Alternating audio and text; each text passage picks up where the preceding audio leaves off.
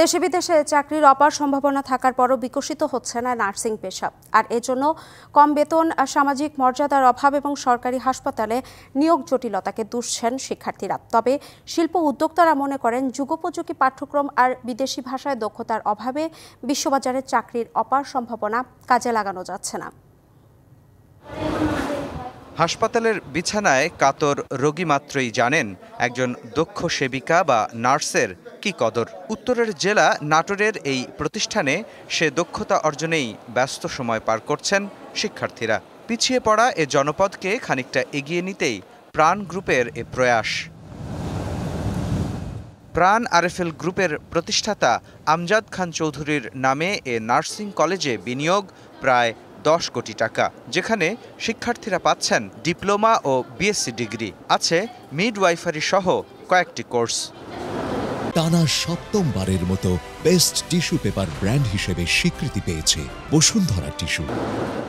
শ্রেণীকক্ষের শিক্ষার পাশাপাশি প্রাণ গ্রুপের নিজস্ব হাসপাতালে আধুনিক ল্যাব ও যন্ত্রপাতি ব্যবহার করে নিজেদের সময়োপযোগী প্রশিক্ষিত জনশক্তিতে রূপান্তরের সুযোগ পাচ্ছেন শিক্ষার্থীরা। সমাজে নার্সিং প্রফেশনটাকে ভালো চোখে দেখা হয় না, মর্যাদাটা নেই। নার্সরা অনেক ভালো দায়িত্ব পালন করে, মানুষের জীবন বাঁচানোর জন্য।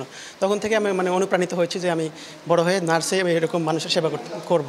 শিক্ষার্থীদের কাজের সুযোগ দিতে কাজ করছেন উদ্যোক্তারাও, আর তাই দেশের গণ্ডি পেরিয়ে আশা খুঁজছেন মধ্যপ্রাচ্য সহ উন্নত দেশের শ্রমবাজারে। নার্সিংটা কিন্তু সবচেয়ে বেশি প্রয়োজন একটা স্বাস্থ্যসেবার জন্য। আমরা বিদেশে পাঠাচ্ছি কাজের বুয়া, ওয়াই নট নার্স? ইন্টারন্যাশনাল লেভেলে একটা অ্যাক্রিডিটেশন তার হাতে যদি আমি তুলে দিতে পারি, তাহলে আমার তাকে বাংলাদেশের বাইরে পাঠাতে হবে না, সে নিজেই তার পথটা করে নিতে পারবে।